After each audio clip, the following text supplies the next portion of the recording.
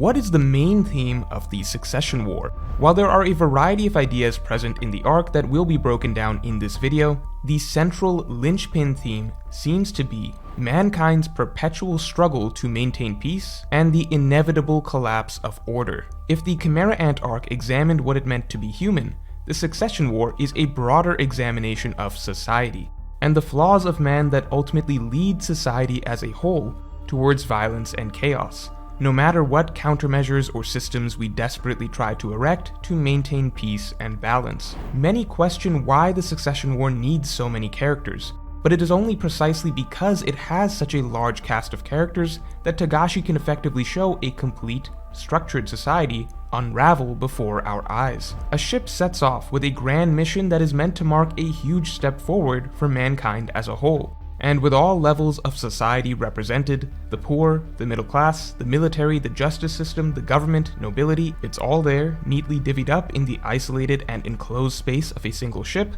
we can watch how natural human tendencies lead man to eat man in real time. So let's get into it. From the beginning of the arc, the emphasis on maintaining balance on a global scale is emphasized, with Kakin's attempt to colonize a new continent immediately sending ripples through the V5 and forcing them to incorporate Kakin into the new V6 to maintain the illusion of order and unity, despite the fact that it's made clear that there are ulterior motives at play. This is the idea that pre-frames the arc, as the ship, the Black Whale, initially begins with an extremely sound structure and sense of order. The princes safely tucked away on the top level, the Hunters Association and key members of the military on the second level to maintain the peace as the police and justice system, and the bottom three levels run by mafia families that keep each other in check. From here on, the primary struggle will be to maintain this illusion of order even as more and more disruptive forces begin to arise. Now, while there are 5 levels, you may notice that as I listed, there are really 3 main sections that matter to the ship.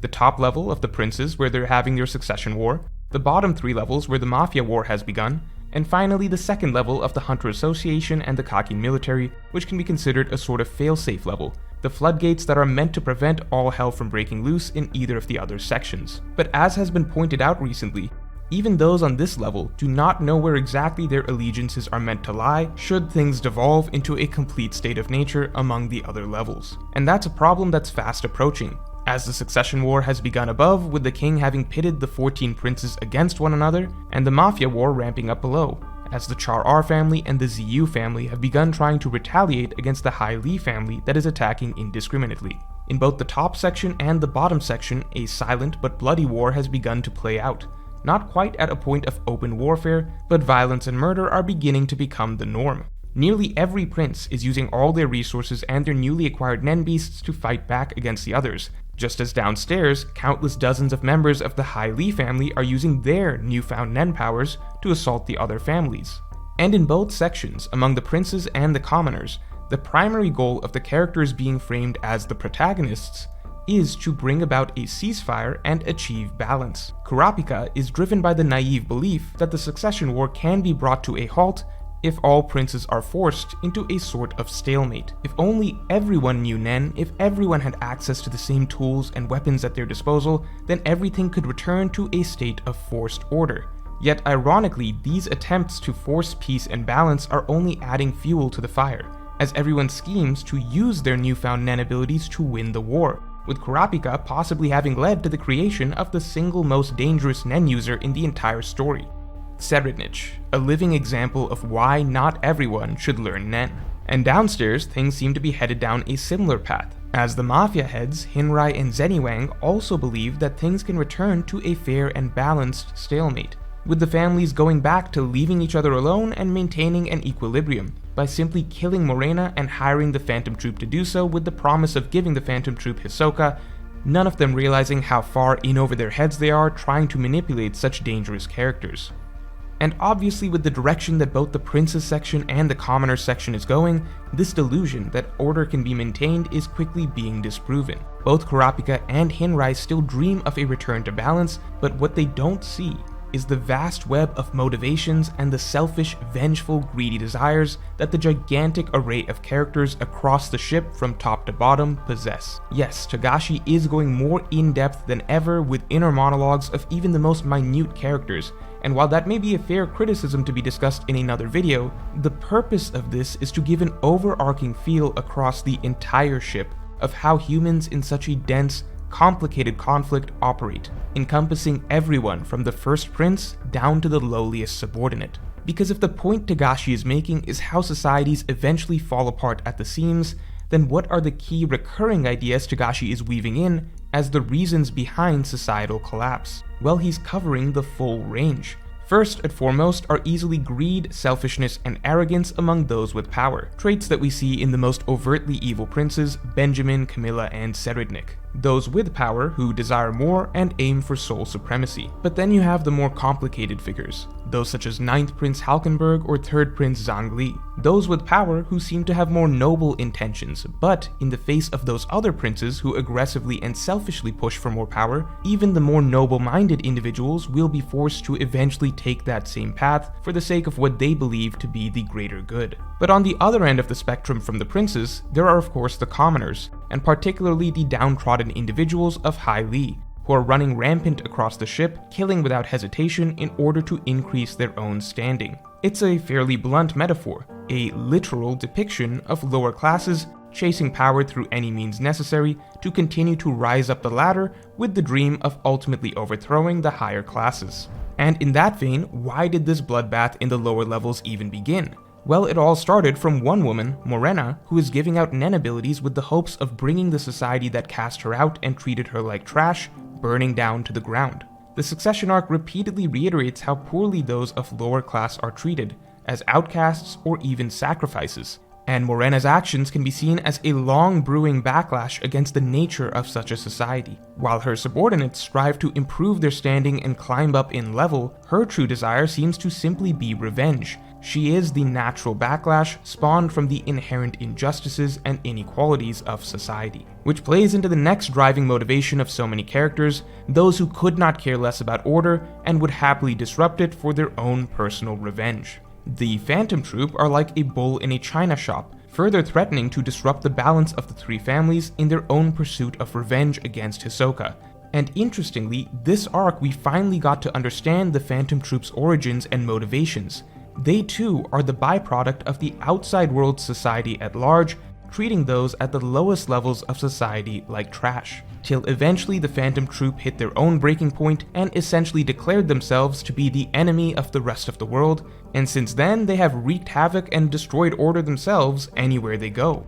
The point is that the Phantom Troop's response to how society treated them is not so different from Morena's. They too don't care what happens to society as large, as society has not been kind to them. And in that vein, revenge is a defining theme of this arc. Morena seeks revenge against the nobility, the Phantom Troop against Hisoka, Hisoka against the Phantom Troop, the Char R and ZU against Morena, and to top it all off, Kurapika seeking revenge against Serednik and the Phantom Troop is a likely game-changing eventuality around the corner as well. With revenge being such a prominent theme, it's interesting to think about how this is reflected by the recurring idea throughout the arc of Nen becoming stronger after death. It's not random that an arc so heavily focused on revenge emphasizes this aspect of Nen in particular, as the concept that even after you are killed, the consequence that comes out of it may be even stronger than when you were alive, exemplifies the idea of revenge perfectly. Inflicting great pain onto someone may come with an even greater retribution afterwards. And it's particularly interesting that revenge is so important here, as arguably the single most crucial linchpin in maintaining order in the Succession War is Kurapika. Kurapika is the figure most driven to maintain balance, the one striving to keep things from falling into a complete state of nature on the top floor, the one pushing for ceasefire, openness, peace, trying to teach everyone Nen to make it a fair playing field, and yet he is also the one that has the most deep-seated drive for revenge. It is simply a buried desire at the moment that has not yet had reason to be triggered, as he is not yet aware of Serednik's eyes or the Phantom Troop's presence, which is such an exciting ticking time bomb for this arc, positioning Kurapika to be the ultimate representation of those in society who fight the hardest to maintain peace, while simultaneously giving Kurapika a very personal cause for throwing that away and pursuing violence himself, is a brilliant way to illustrate how fragile order and balance can be.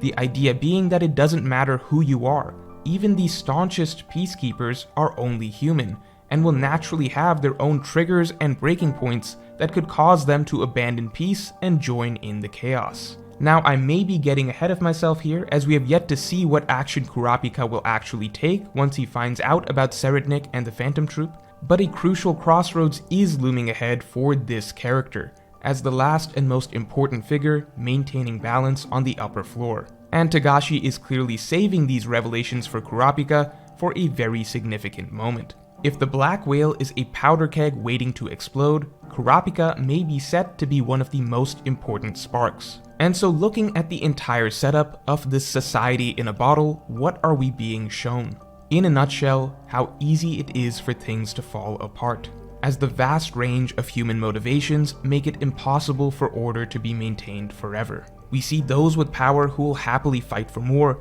those who wish for peace but decide they must fight for power in the belief that it is for the good of society, those without power who will seize the chance to gain more power and eat as many along the way as it takes to climb the ladder, and those who have been cast out by the ones with power who will happily take any opportunity to see the world burn down in revenge. And while the full thematic message at the end of the arc may yet have more layers to it, with perhaps a more even-handed look at the good of man as well as the bad, much like the Chimera Ant arc, at the moment, this is the wonderfully cynical messaging we have for the Succession War arc so far. And if you enjoyed this video, then definitely let me know in the comments below, and like and subscribe for more videos like this in the future.